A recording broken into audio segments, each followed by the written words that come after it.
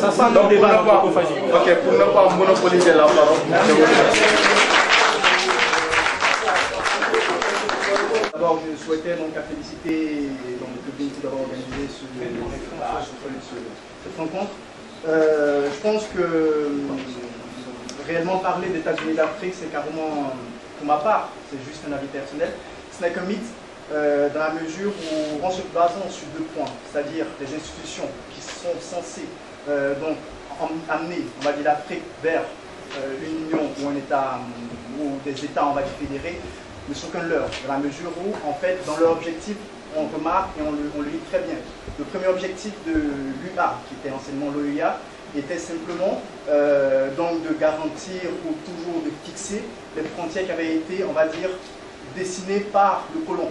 En fait, c'était pas un objectif. Ça. Ah bah c'est l'un des premiers objectifs. Je peux vous lire les trois objectifs simplement. Le premier objectif, donc respecter les tracés des frontières héritées de la période coloniale. Le deuxième, le respect de la souveraineté. Le troisième, non, en effet. La troisième, la non-ingérence dans les affaires intérieures. Donc, d'un pays. Oui, le principe de l'intangibilité des frontières héritées de la colonisation. Merci. Donc, je continue. Donc, en fait, en se basant simplement sur. En se basant simplement sur. Bah oui. Le troisième objectif, c'est la non-ingérence dans les affaires intérieures. Donc en fait, le fait de ne pas, je vais dire, se porter sur des conflits qui peuvent se passer dans un pays. Mais en fait, là n'est pas le débat. La seule chose, c'est le premier objectif. C'est important quand même. En effet, mais en fait, le troisième objectif, en fait, là on entre plus dans un débat démocratique.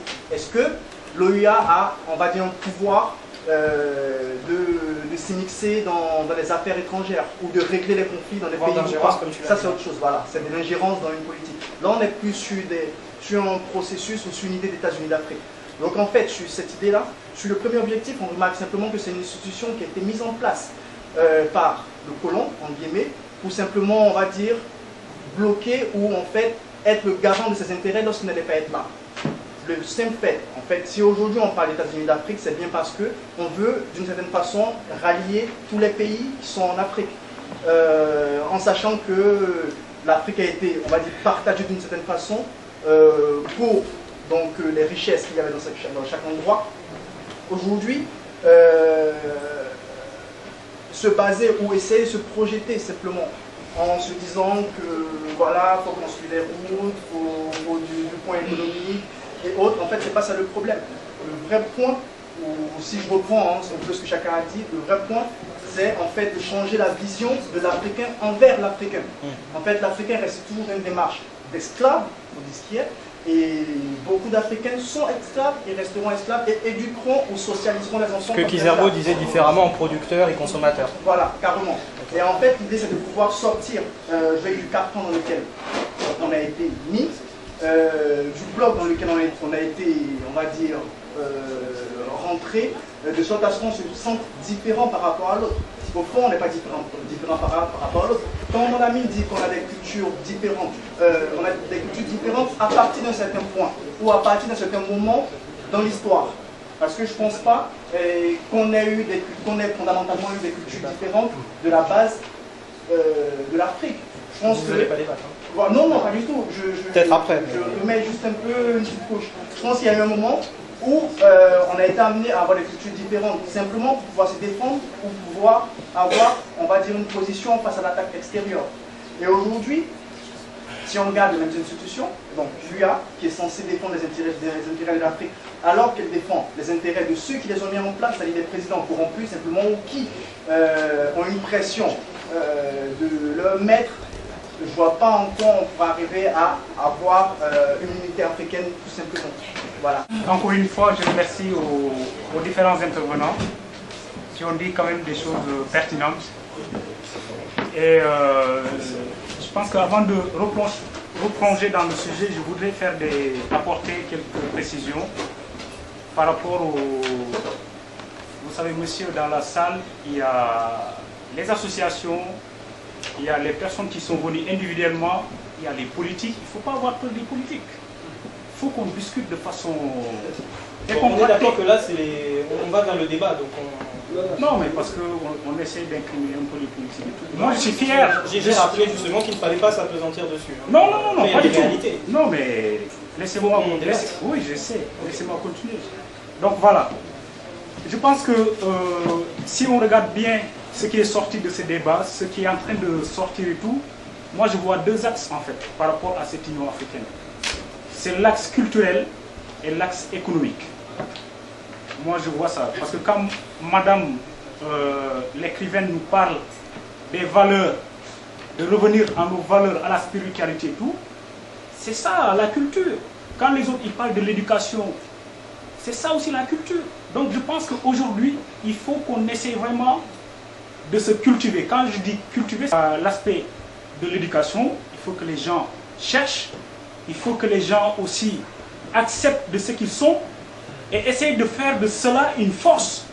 Parce qu'on ne peut pas se défendre quand on ne se connaît pas. Face à l'autre, il faut se connaître d'abord pour pouvoir se défendre. Parce qu'aujourd'hui, moi, je ne peux pas aller devant un Européen ou un Chinois pour défendre l'Afrique tant que je ne connais pas la culture africaine. Il faut connaître sa culture, il faut connaître son histoire pour pouvoir bien défendre cette culture-là. Donc par rapport à cet aspect, c'est très clair. Mais je pense que mes chers amis et sœurs, je pense qu'il ne faut pas qu'on se leurre aussi. Je pense qu'aujourd'hui, l'allure et la direction dont le monde prend aujourd'hui, c'est vraiment c'est une vitesse. Vraiment, c'est très fort, quoi. Il faut que l'Africain essaie de réagir par rapport à cela. On est très en retard par rapport à ce qui se passe dans le monde, surtout sur le plan économique. On peut parler de solidarité, je suis d'accord, mais ce n'est pas ça qui fonde vraiment un pays, un continent. Il faut l'économie. Aujourd'hui, on n'est pas respecté. Pourquoi? Parce que l'Africain n'est pas productif. Tout le monde l'a dit. Il faut qu'on revienne à cela, c'est-à-dire... L'Africain n'est pas productif? Non, si je dis productif, c'est-à-dire il n'a pas créé, je veux dire, c'est la création. La création. S'il vous plaît, producteur, c'est un lapsus. S'il vous plaît. Non, on s'est compris globalement, on voit où est-ce qu'il veut en venir. Voilà. Donc je pense que sur ce plan économique, il faudrait qu'on essaie de réfléchir là-dessus. Aujourd'hui, tout à l'heure, mon ami ivoirien, il a parlé un peu de la solidarité. Par exemple, quelqu'un qui a une entreprise, s'il a une annonce à faire, s'il a besoin de quelqu'un pour travailler et tout, il peut passer par le réseau africain, quoi. C'est-à-dire, mon frère, est-ce que vous avez... C'est bien, mais je pense que pour ça, il faudrait que nous, on ait la conscience vraiment de cela. Je vais prendre un exemple tout bête. À Château-Rouge, vous allez à Château-Rouge, le marché africain, c'est les Africains qui consomment, qui vont là-bas, qui achètent, mais ce n'est pas eux qui vendent, qui tiennent les boutiques. Comment on peut expliquer cela? Vous prenez l'exemple des cheveux, nos sœurs et tout, là où elles se tressent, elles se coiffent et tout, qui détiennent les trucs. C'est des gens qui n'ont pas le besoin eux-mêmes. Vous voyez? Donc, il faut qu'on essaie d'avoir un réseau. Il faut qu'on soit conscient de cela, c'est-à-dire tout ça doit être géré par nous-mêmes, c'est pas difficile. Ça ne demande pas une créativité extraordinaire. C'est juste s'entraider. Si monsieur a besoin d'ouvrir un commerce et tout, si j'ai les moyens et tout, il vient me voir. Si je peux lui apporter de l'aide pour pouvoir, l'aide juridique, économique ou je ne sais pas quoi, pour pouvoir mettre en place ce commerce, que je puisse le faire. Je pense que ça, c'est très important. Mais n'essayons pas de réduire le débat sur des trucs purement comment dire, religieux. Je pense que ce n'est pas ça qui développe un pays. Essayons vraiment de mettre l'accent sur l'économie, essayons de mettre l'accent sur l'éducation. Et pour ça, pour terminer, je vais prendre l'exemple du Sénégal. Parce qu'aujourd'hui, je pense que si on a besoin des hommes politiques forts qui comprennent l'idéal, qui comprennent l'aspiration de la population. Si ces hommes-là essaient de traduire leur politique en actes, il faut les saluer, il faut les encourager. Je ne pense pas que le développement de l'Afrique doit venir de la base. C'est les politiques qui prennent les décisions, qui doivent avoir un impact sur la population. Je vais prendre juste l'exemple de l'éducation. Il faut écourter, vraiment. Je termine. L'exemple de l'éducation au Sénégal, je termine. Parce que l'éducation dans un peuple, c'est très important. C'est très important. Et aujourd'hui, mon président a très bien compris cela. Il a alloué le budget de l'éducation.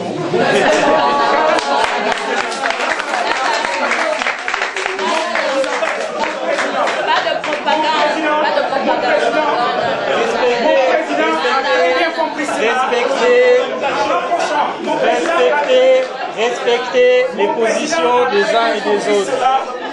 Et on écoute les interventions. Voilà. Mon président a très bien compris cela en rapprochant l'éducation à la population. Ça veut dire quoi? Ça veut dire investir massivement dans l'éducation en réservant le budget du Sénégal, 40% du budget à l'éducation.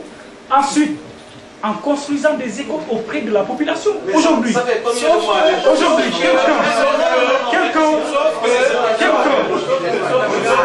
qui habite à Ziguinchor,